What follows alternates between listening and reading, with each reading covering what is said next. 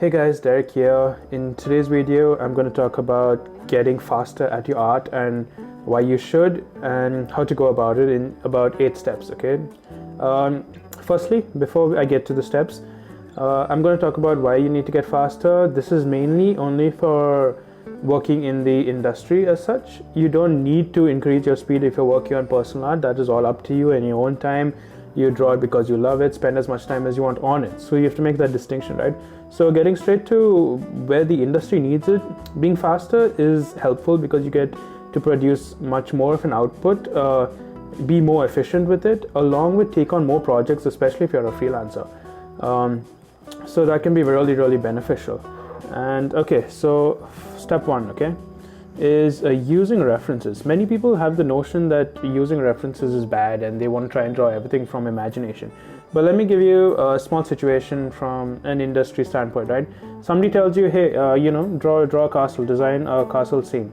So say, a lot of us, we've seen a lot of Disney movies and so on. We immediately think of, a European castle as such, right? So where there's some gates, some arches, there may be like a watchtower, where some princess may be over there or something, and that's it, like a very, very generic thing, and there may be a moat around it, like this is really, really rough, and we think, okay, hey, castle, but we really don't know much more than that. And do we know like how many watchtowers are going to be there, what's inside the castle, do we have references for that, exactly how it looks? And there's also a very generic European castle. What if it's like a Japanese castle, right? That also, maybe if you watch a lot of anime, you know that it's based on a lot of these arch-like structures and so on. But even then, you don't know, does this have a bathhouse? Does like what's inside? How are the doors made? Everything. And think further, what if it's an Indian palace? Okay, like most of us don't even know what that looks like unless we actually gone and visited one of them, right? So use references for all of this. For everything, use as many as possible for anything that you can. References are important, especially how it looks from different angles. You may not even know that. Even when sketching animals, if you can draw a horse from the side, how do you draw a horse from the front? You might mess it up without references. Okay, so use references. It's very important. Step 2, study. This is in order to build up your skills. When you have time on the side, study as much as you can from photographs, live things around you, movies, films, other artists' work. Just use it as reference, but also don't just blindly copy it. Try and understand what's happening. So over here, you can see that this is a photograph which I found on Pinterest, and I wanted to study it over here. This is my painting. So as you can see, there are many differences to this and so on. But I just mainly wanted to capture the essence of this image, capture the mood, capture the colors, and then just increase my mental library on painting like a country landscape scene as such, with the trees, the colors that are there, all of that. And otherwise, if I were to just try and paint this from memory, it would maybe be way overly saturated, or I would give it a really bright blue sky with the different clouds, and I don't know, but this helps me keep things more to reality in that sense. And also, once you are comfortable with painting things with reality, you can always exaggerate it to make it more animated and so on. So it's always a good base to study things first. Next thing is learn how to simplify. Okay, this comes along with studying as well, and along with using references, is you need to know how to simplify things, especially if you want to paint things faster. So as you can see here, my main objective was to capture this train in Mumbai coming to a stop at this crowded station. But if we zoom in, you can see how the people have been created, right? It's just 1 or 2 strokes for the face, another 2 strokes for the hair, and a few strokes for each clothing, right? And I don't care about drawing the facial expressions, showing exactly what they're doing, what are they wearing. That's beside the point for me. My main focus is on this train arriving here, and I just wanted to show a crowd. So how do I show a crowd? This is how I show the crowd.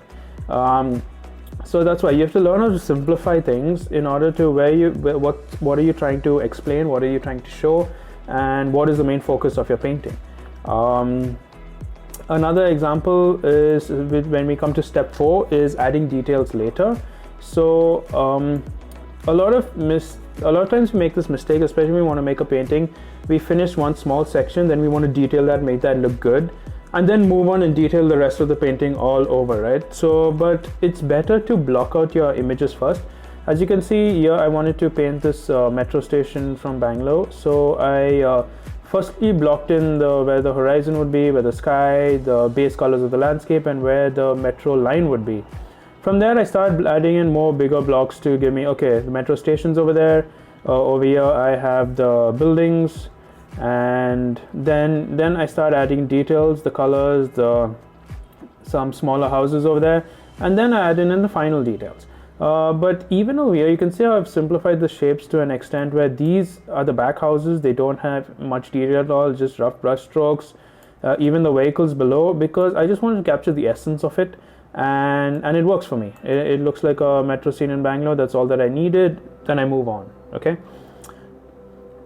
Next thing, step 5 would be to speed paint. But many people also have this misconception, speed painting, especially under 30 minutes or under an hour, is going to help you improve your skills to that extent. You get faster, better. But the thing that most people miss out on is speed painting with understanding. Okay, what I mean by that is when you paint, the whole point of it is to try and capture what's important in the image within those 30 minutes. It's not a competition to how good you actually make the image look, but do it for your personal self to see, can I capture, like if I have a scene in my head where I have, say, a cat walking down on a zebra crossing, right? A cat-like character. Can I capture the essence of that image and then within a short amount of time? And also, so these were 4 speed paints I had made out of many that I'd taken prompts for this group on Facebook called Daily Spit Paint. Every day they put up 4 different prompts, and you have to paint it within 30 minutes. So the first one on the top left, the prompt for that was Secret Tunnel. The prompt on the top on the right was White Walker. Next prompt, Catwalk, and the 4th prompt was Purple Sky. So in these 30 minutes, I tried to capture an idea, the brief essence of what I could capture, and see if it tells me a bit of a story. Does it work as an illustration by itself, and all of that. If you have skills and if you can do things fast, you can make it much better, polish it. But main thing is work on the composition, work on the storytelling, see how it works. And also, speed paints are fun, so don't put too much pressure on yourself over there. But this also helps you work faster, because if you're able to capture an image already within the first few minutes of it, then you can spend all the rest of the time detailing, or you can take that rough image to the person you're working with and all and be like, hey, what do you think of this rough concept? Then they'll give changes. So you don't waste time spending hours and hours to make an image and then taking it to them. Which brings me actually to my next point, would be, apart from speed painting, to try and finish a painting within like a certain number of time, would be practice thumbnails and rough sketches. A lot of us, we forego this process. These are just a few sketches options that I give to clients when I want them to pick frames, especially for animated music videos or scenes, storyboards, and so on. So over here, these were done in like 10-15 minutes each at most, and they convey the entire idea, the mood, the lighting that I'm trying to capture. And instead of me making a colored painting with a lot of scenes, or actually spending much time into this, I can give them 4-8 options to show quickly within that same amount of time, and they could then pick one out of them, then I make that the final. And also, once they pick one of these, say for the first one they pick the top left, right over here, I can just take that as a base and start painting on top of that. And I don't even have to reference much. I don't have to do many things to it. I already have something, and I can use that as a base to already take it further. So these are super helpful thumbnail sketches, and the fact is I've already drawn roughly before, I can easily draw it again. Next thing would be to reduce your expectations. Okay, so why I mention this is because mental health for us artists is also a big thing now. Especially when it comes to, I want to paint faster. We sometimes set goals to ourselves. I want to paint like this person and so on. But you have to reduce that. You have to see what your capabilities are. You have to accept those and then take it from there. Every time you make a painting and you feel down about it, you have to learn in a way to accept that and see how you can improve and move on. And also, you can't expect too much of yourself, especially, if a client is given you like a day or a night to paint something, even though you know that you would do much better in 2 days.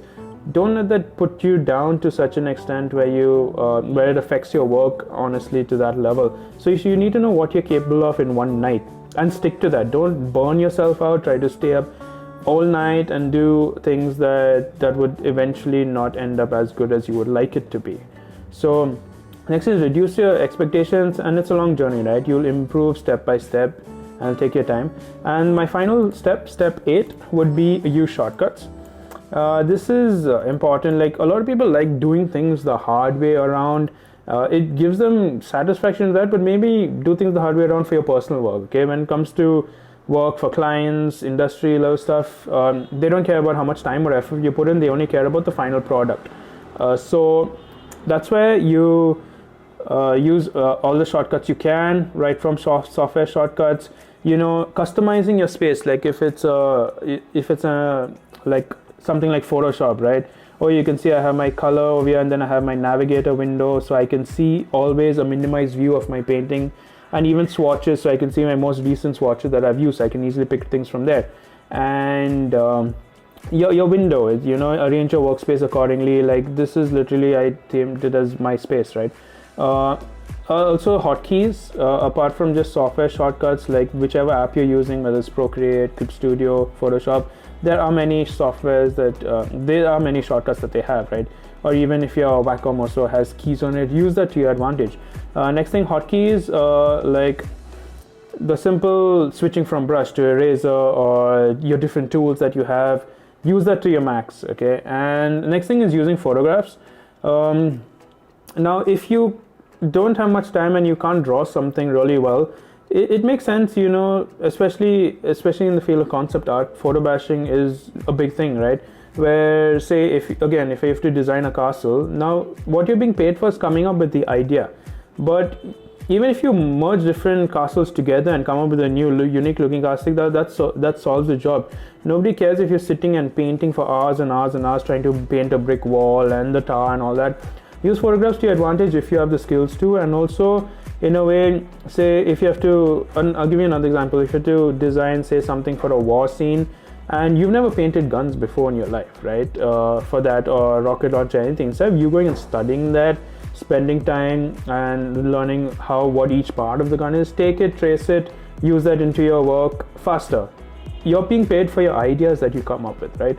So, and how you use it. I mean, in the future, after that, if you're given time, you can always take it, polish it, make it your own, and work things around that.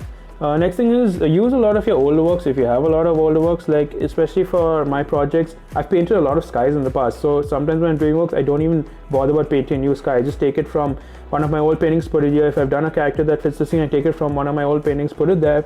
And even color palettes, I don't care too much. If I paint something before, I just color pick it from there and put it over here. So just use older works like that to your advantage, and always have a reference bank. This is again important. This goes back to step 1, use references. But having a reference bank is so important, especially now. Say at the moment I'm working on a project for Disney Plus, right? So it's storyboarding a TV show that's being shot. So there are many things that are happening in this that I've never seen in my own life. I've never been to this location specifically. So I spent a short while before doing the storyboarding to collect all the images I could of it. So when we're talking about the scenes and breaking down, I already know, okay, this building will look like that. It has arches. It has all these scenes to it. Okay, this is how the car is going to look, and so on. So using those references help a lot. And this can be for anything. Animation, game design, anything. So creating a reference bank early on helps you speed up your process a lot faster. So yeah, this was the video. I hope you guys have liked it. And it's been a bit slow on my end because I've been involved in a few projects. So I'm trying to allocate my time better to put more time into YouTube. I haven't gotten much free time lately. So anyway, thank you guys. I'll try my best to keep at it. Hope this video helped you guys, and all the best. So yeah, thank you.